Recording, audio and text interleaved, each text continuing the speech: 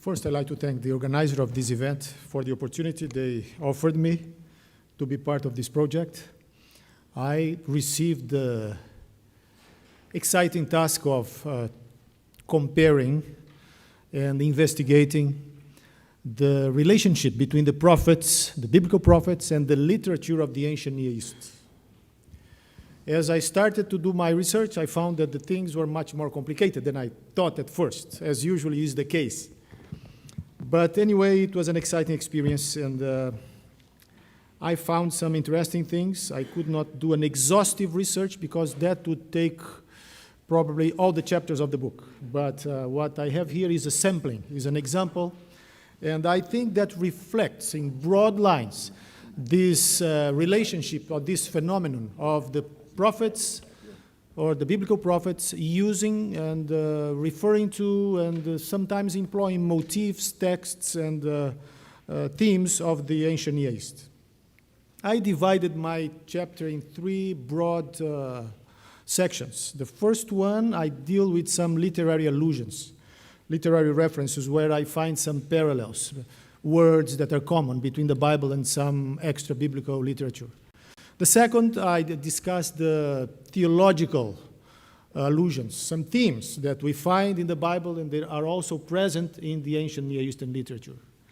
And in the third section, so I draw some theological implications. I try to build some framework that can help us understand this relationship.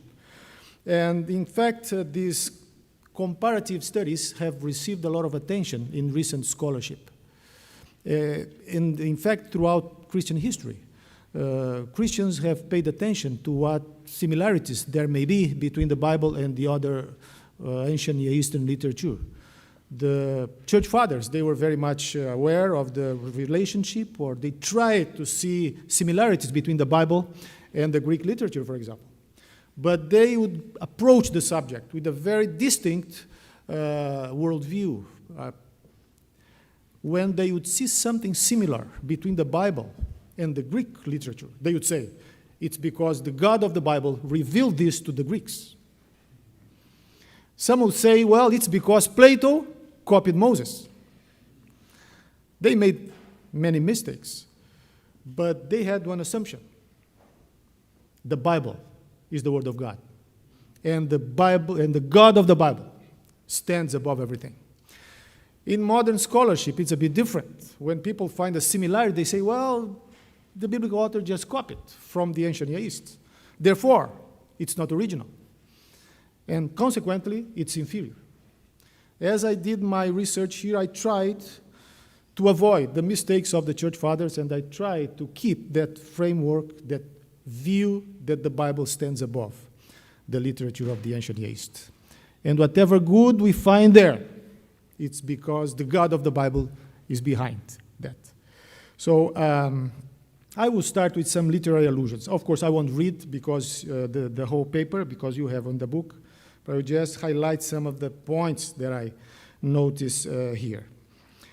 So I have a section here on literary allusions. So in this section, I show some phrases and motifs used in prophetic oracles which evoke the diction of ancient Near Eastern royal propaganda, vassal treaties, and some Ugaritic texts.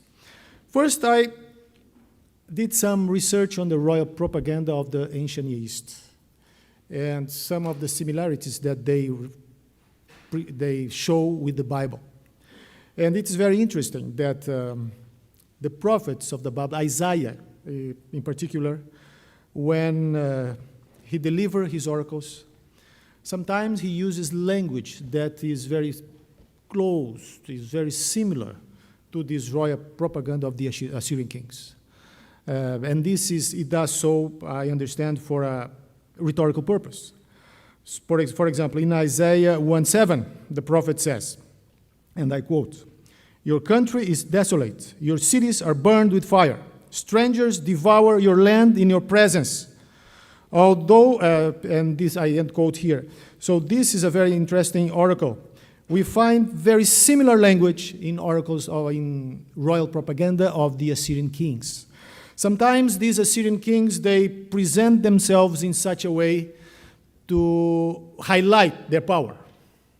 They present themselves as lions. They present themselves as those who may cause flood to come to the land. So they depict their invasion as mighty rain and these kinds of things. We go to the prophets and you find similar language there. The prophets are describing now God intervening, either to redeem his people or to punish the wicked, and the prophet will use language that is very close to the Assyrian royal propaganda.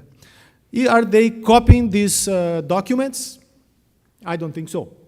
And probably no scholar would argue along that lines. But what we could argue is that the prophets were very much aware of the environment, of the expressions that could impact their audience. So, guided by the inspiration, they would use the best language, the best diction that they had to communicate God's word. So we find several parallels, and you may see in the chapter as you read, and I mention all the sources here. So we also find here in the prophetic literature the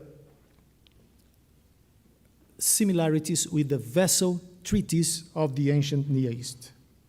There are some interesting connections here between the Assyrian treaty curses and the announcements of judgment in the prophets. Some studies have concluded that the prophets drew on the ancient treaty curse genre to express judgment. So we have many oracles of judgment in the prophets, as we are familiar with. And it's interesting, upon close examination, how close the language, the diction of these oracles of judgment in the prophets resemble the Assyrian curse treaties. And these Assyrian documents, these Assyrian treaties, according to the best scholarly knowledge that we have, they were not delivered only to the king, but to the population in general. We have an example of this in 2 Kings chapter 18, where the Assyrian king addresses the people in general. So this language was very well known, and the prophets used that language to frame their oracles of judgment. We have several similarities between Nahum and Isaiah and some other prophets when they utter oracles of judgment with these Assyrian curse treaties. At this juncture, the question emerges whether Nahum would have consciously quoted extra-biblical sources or merely used stock language and imagery of the ancient Near East without regard to specific documents or traditions. Although we cannot be absolutely certain in that regard, the combined effect of some lines of evidence favors the possibility that the prophet may have intentionally alluded to Assyrian treaty curses in order to achieve some sort of rhetorical effect. First, we should note that the genre similarities inasmuch as the parallels between Nahum and the extra-biblical documents occur in the domain of treaty curses. Second, although in isolation, any of the noted motifs may have a number of parallels with other ancient Near Eastern documents, the number of parallels between Nahum and the vessel treaties of the Assyrian kings are much higher than with any other single document of the ancient Near East. And third, considering that the prophet announced the demise of the Assyrian Empire, he may have intentionally used imagery and language borrowed from the Assyrians themselves. And this is very interesting, because in the book of Nahum, we have one of the strongest judgments uttered against Assyria. And as the prophet expresses himself against Assyria, he's using the language of the Assyrians themselves. The curses that the Assyrians would invoke upon their enemies, it's now the prophet invoking against them with the same language, with the same diction. Now within that section, still I will note some parallels between the Bible and the Ugaritic literature. There are some striking verbal parallels between Isaiah 27, verse 1, and the texts of Baal in the Ugaritic literature. And these parallels are very, very close, to the point that some scholars says that Isaiah is a virtual quotation of the Ugaritic myth. When they say virtual, they are not saying that it's a real quotation, of course, but the terms, the words are very similar. In Isaiah 27, verse 1, we read, and I quote now, "In that day, the Lord will, with his severe sword, great and strong, will punish Leviathan, the fleeing serpent, Leviathan, that twisted serpent, and he will slay the reptile that is in the sea." End quote. This is Isaiah. The Ugaritic passage reads as follows. "When you killed Lotan, or Leviathan, the fleeing serpent, annihilated the twisty serpent, the potentate with 7 heads." And I close quotation.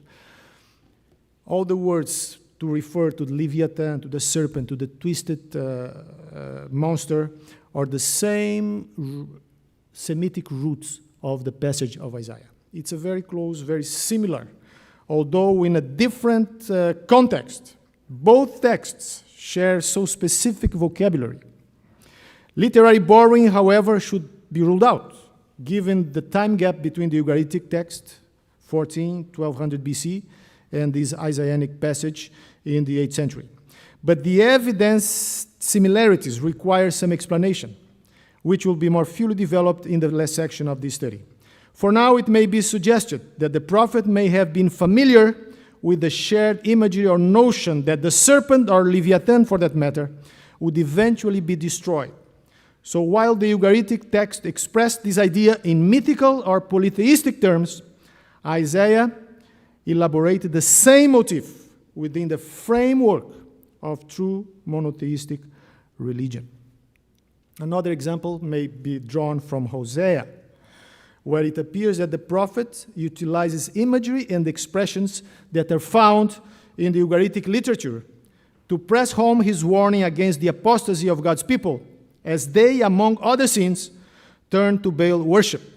In this connection, we note that Hosea refers to the death and resurrection of Israel in ways that resemble what is known of the Baal in the Ugaritic texts.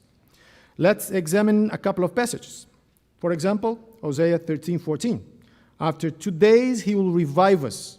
On the 3rd day he will raise us up, that we may live in his sight." Another passage says, "I will ransom them from the power of the grave. I will redeem them from death. O death, I will be your plagues. O grave, I will be your destruction." This is Hosea 6 and Hosea 13, respectively.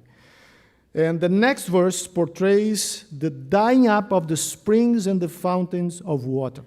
So this is very interesting in Hosea, because it follows the same pattern that we found in the Ugaritic texts. The death, the resurrection, the dry up of the vegetation. And this striking imagery of death and resurrection and drought, as reflected in Hosea, now describes the fate of Israel. In the Ugaritic texts, it describes the fate of Baal. But in the Hosea text, it describes the fate of Israel. And the point seems to be clear. As Israel follows Baal, the nation will have the same fate of Baal. So it's a very powerful, rhetorical way of delivering God's message to Israel. So this is what happened to us when we follow other gods. We will have the same fate. So, having said that, I will now give you a brief summary of the third section of my paper.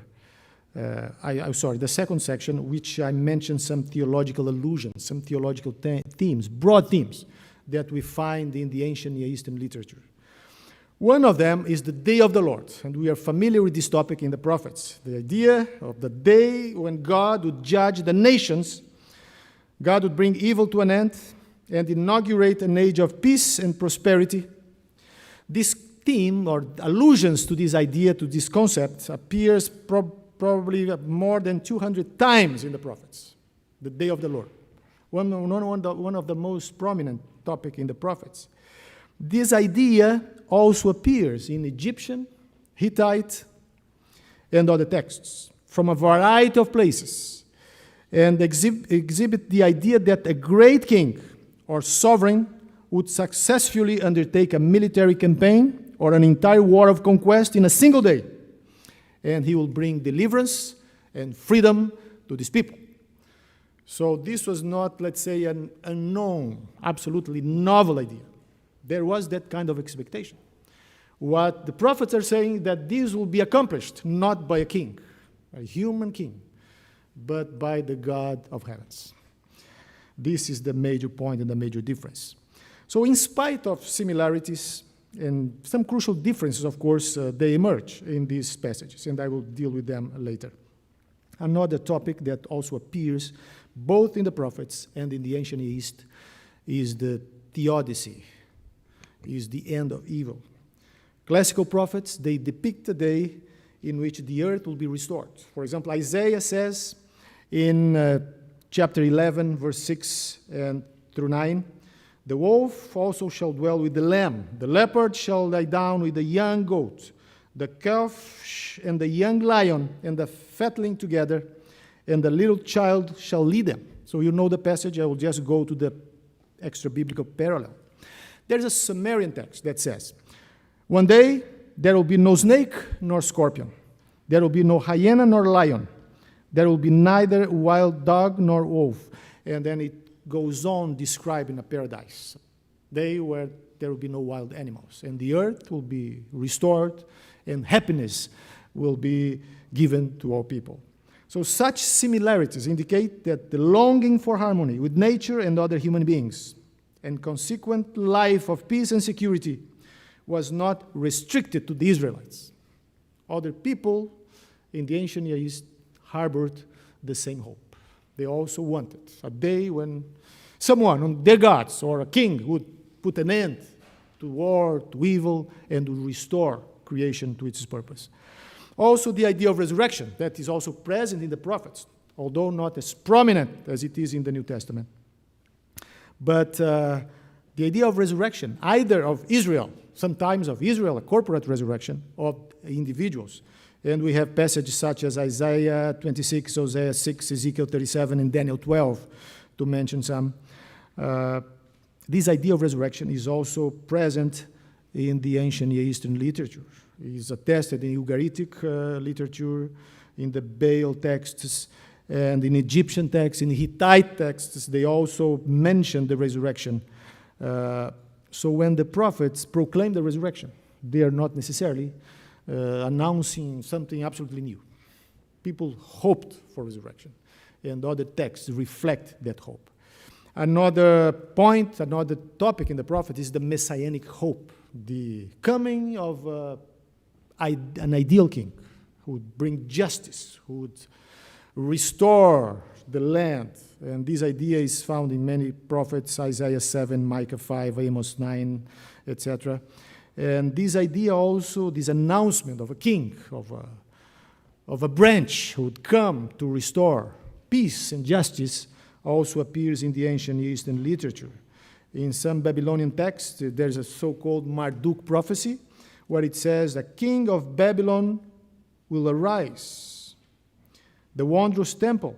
He will renew the temple and the plans of heaven and earth. And it starts to mention what this king will accomplish when he comes. So this is a fascinating hope that was somehow shared between Israel and the other ancient Near Eastern people. Another topic that I alluded briefly before is the end of death, which of course related to the resurrection. But the idea that one day God would put an end to death, which is very clear in the Bible, also appears in ancient Near Eastern literature. And this is more clear in the Ugaritic myth, where Baal receives a threat from Mot, which is death, and according to which he will enter his insides and will devour death. So this is the language that we have in the Bible as well. But the difference is that in the Bible is not done by any God, but it's by the God of heavens. We eventually put an end to that. We also have the imagery, the notion of the eschatological banquet, when God puts an end to sin and restores creation. So he invites everyone to a banquet. And this is, of course, is present in Isaiah, in the prophets, and also in Revelation. The idea of a banquet after victory is a very common imagery in the ancient Near East. After war, after the temple is restored, after victory is achieved, there is a banquet. So the idea of a eschatological banquet is also a very interesting commonality between the Bible, or the biblical prophets, and the ancient Near Eastern literature. But now, I won't go into these details because you have the quotes, you have the footnotes in the chapter of the book.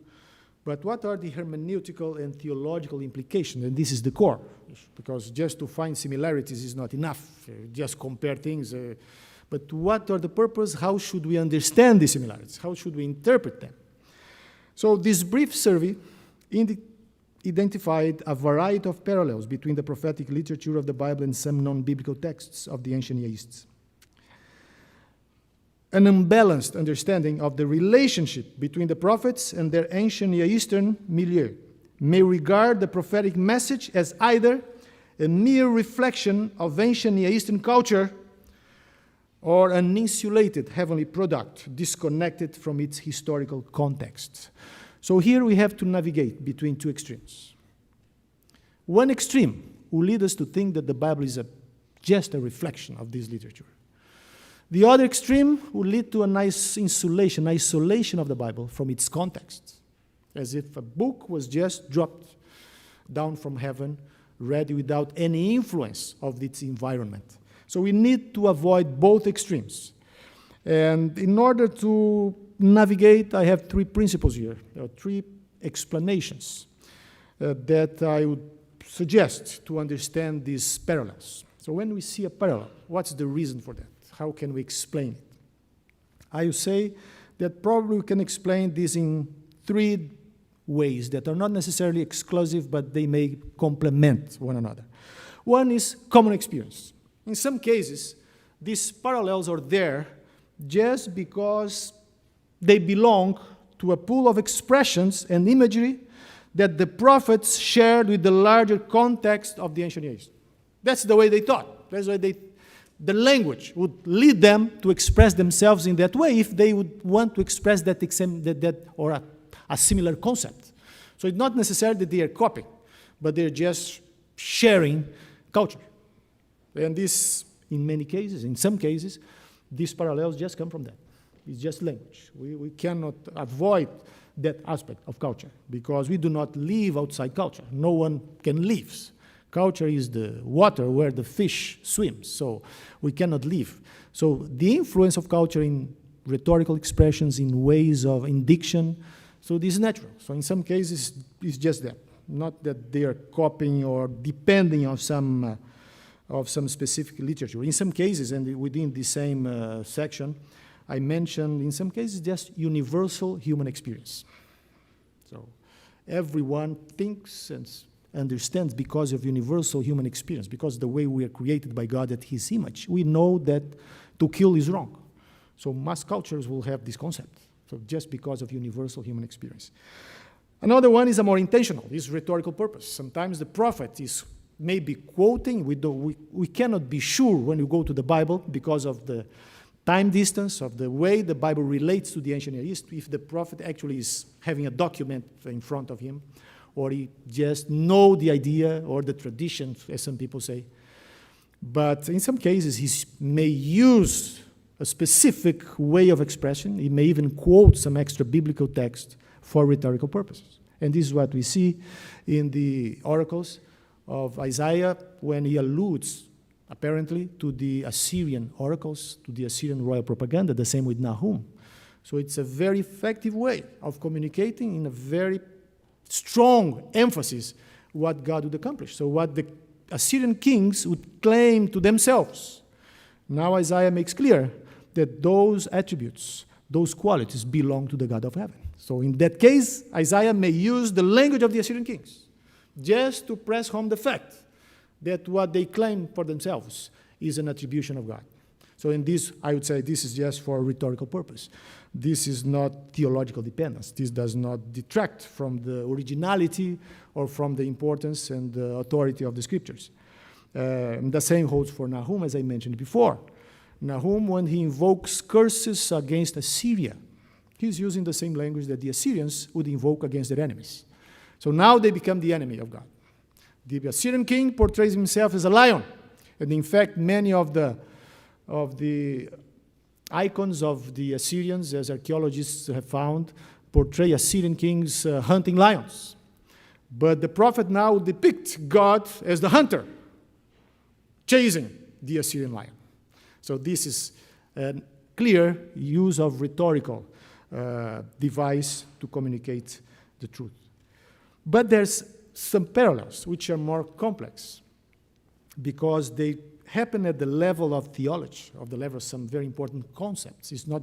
They are not just common language, they may not be just rhetorical, but then I would label them, for lack probably of a better expression, general revelation.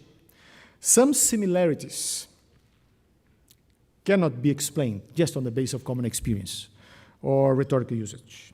In effect, some parallels may lie at the level of theological themes and concepts, such as covenant, temple, kingship. So these concepts are there. Theological concepts such as the controversy between good and evil and the war in heaven.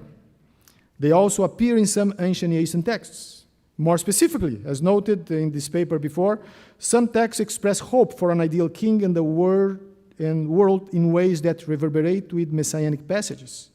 A more striking parallel portrays the annihilation of the serpent and the demise of death in ways that recall the prophetic approach to these matters.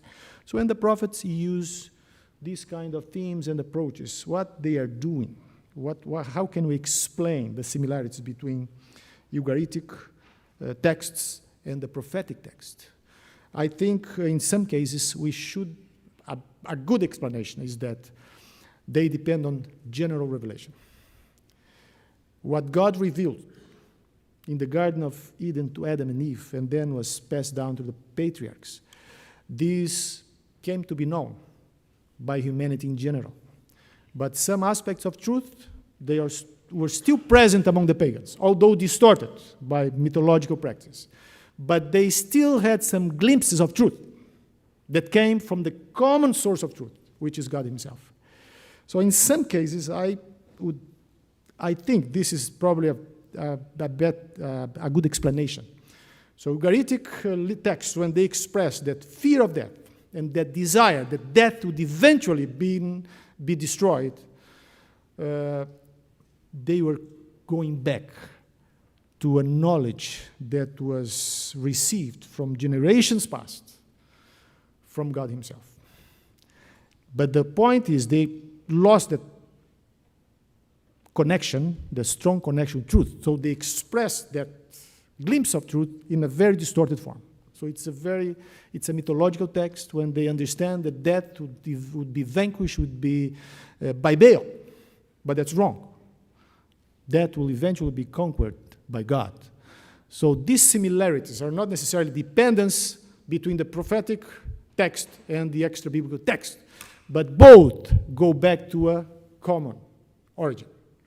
And I think this general revelation idea is a good explanation for some passages.